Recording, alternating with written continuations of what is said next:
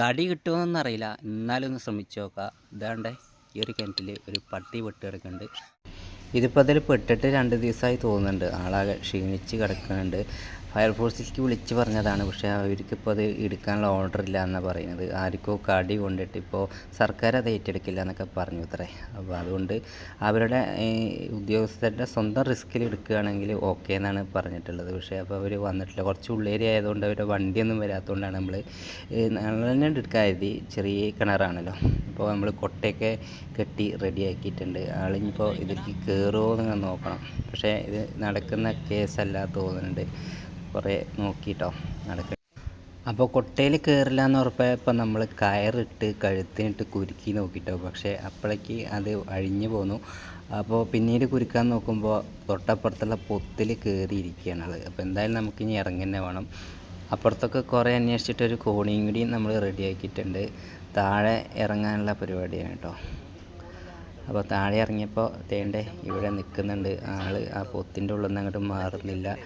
എന്തായാലും നമ്മൾ ഇല്ല, അത് കടിക്കൂല. എൻ്റെ മുഖം കണ്ടറിയാം, കടിക്കൂല. പേടിച്ചിട്ടായിരിക്കണേ. പേടിച്ചാലേ കടിക്കാൻ ഇല്ലേ. ആ ഹുക്ക് തരും. ഹുക്കിട്ടിട്ടേ ഫോണ് വേണാൽ വേറെ ഫോൺ ഓടിക്കും ഞാൻ, നോ പ്രോബ്ലം. ആണ് നമ്മുടെ ചെറുക്കൻ.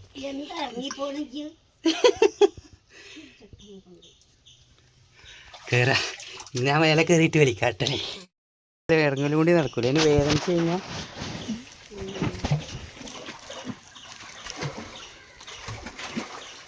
അതിനെ ഇപ്പുറത്തേക്ക് കിട്ടണം.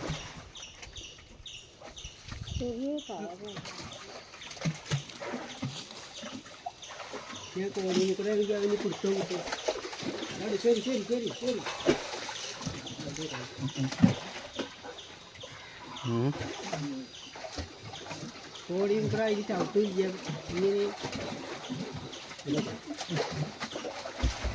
നല്ല ടൈറ്റല്ലേ.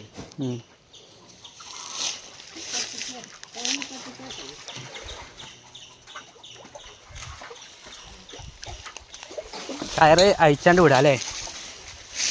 അതിനെ അവിടെ കെട്ടിയിട്ടല്ലേ, ഇവിടെ കെട്ടിയിട്ടല്ലേ, അതിന് പേടിക്കില്ല. ഇനി കുഴപ്പമില്ല. എടാച്ച് മേലെത്തിയടാ. എത്ര 3 മണിക്കൂറിൻ്റെ കഷ്ടപ്പാടല്ലേ.